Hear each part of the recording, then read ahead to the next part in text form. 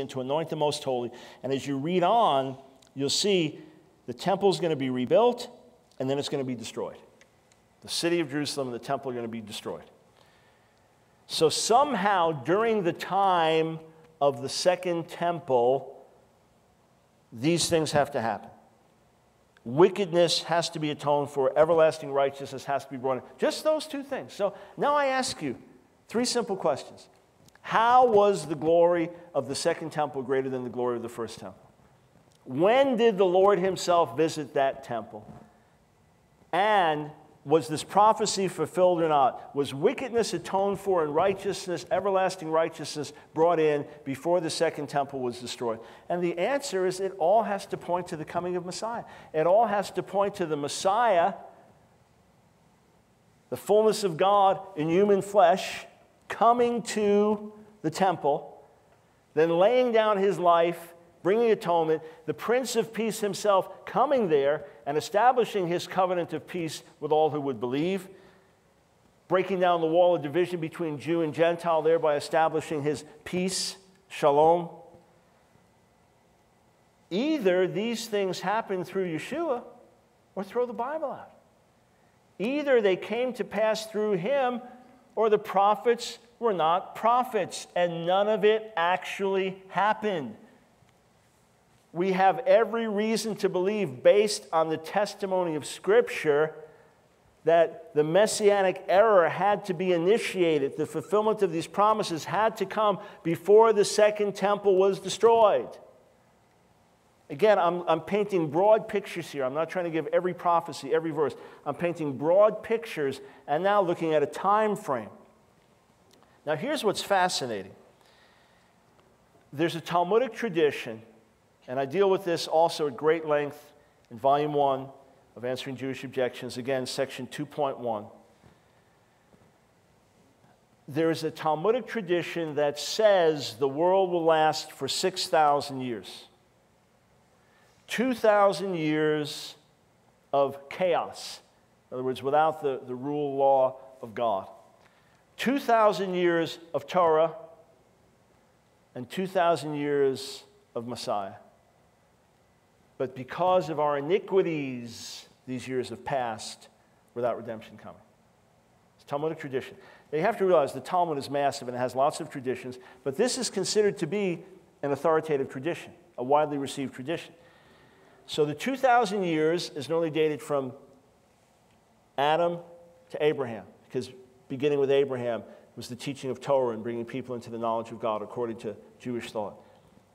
Then from Abraham to the Messiah would be 2,000 years, and then the 2,000 years of the Messianic era. It's not that the Messiah was supposed to come somewhere during those 2,000 years. He was supposed to come at the beginning of it, just like Abraham begins the time of the Torah.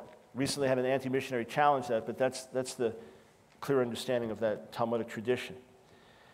Messiah should have been expected at the beginning of the 2,000-year period. Now, if you study ancient Near Eastern archaeology and history and tradition and so on, it's difficult to date exactly where Abraham, Isaac, Jacob fit the scheme of things, but there are many that put Abraham roughly 2000 BCE. In other words, it would have put the time of the beginning of the Messianic era about 2,000 years ago.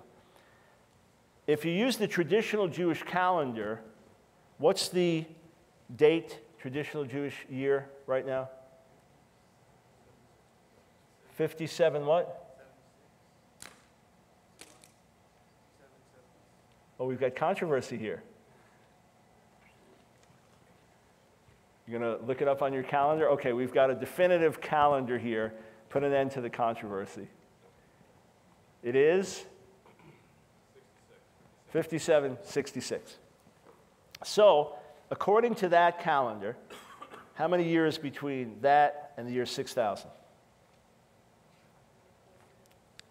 How many? 234 years. So, according to the Jewish traditional calendar, Messiah should have come roughly, according to this tradition, around the year 234. Okay?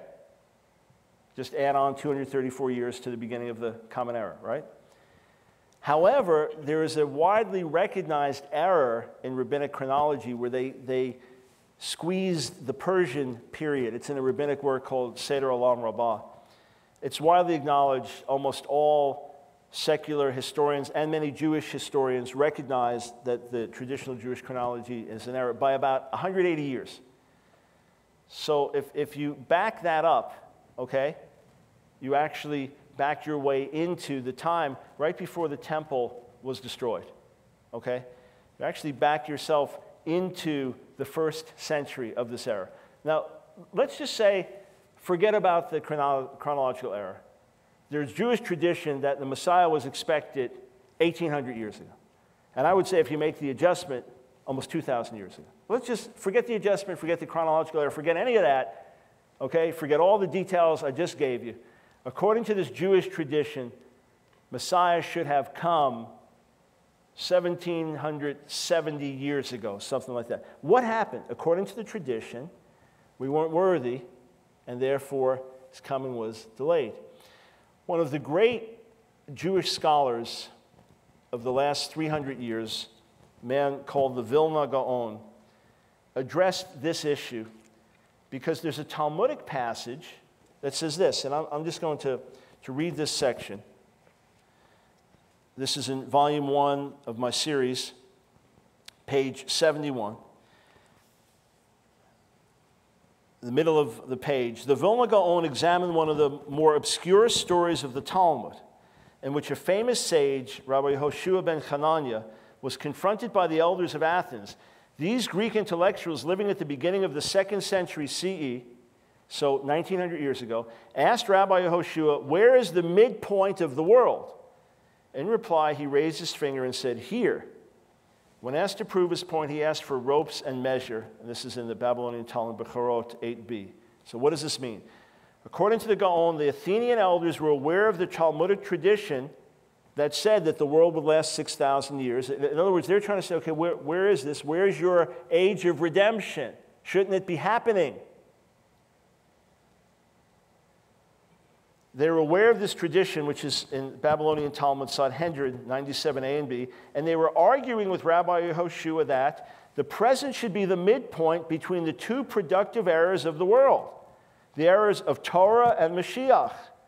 But obviously he has not come, for you Jews have certainly not been redeemed. So this is a paraphrase of the discussion. Shouldn't the Messianic era have begun already? Remember, this is 1,900 years ago. We have crushed you and turned you into a nation of ruin, disaster, and despair. The midpoint of the world has manifestly passed by, and the era of Mashiach has not begun. Why then do you persist in hoping for his arrival? Why should he come in the future if he did not come at his appointed hour? Is it not clear that the time for his arrival has passed you by forever? So, here's the answer. The problem, according to the Vilna Gaon, was that the Athenian elders were unaware of another Talmudic tradition that stated the son of David, that is the Messiah, will not come until all the government has turned to heresy.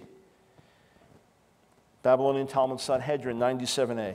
Interpreted to mean that there would be a worldwide turning away from God before the Messiah would establish his kingdom.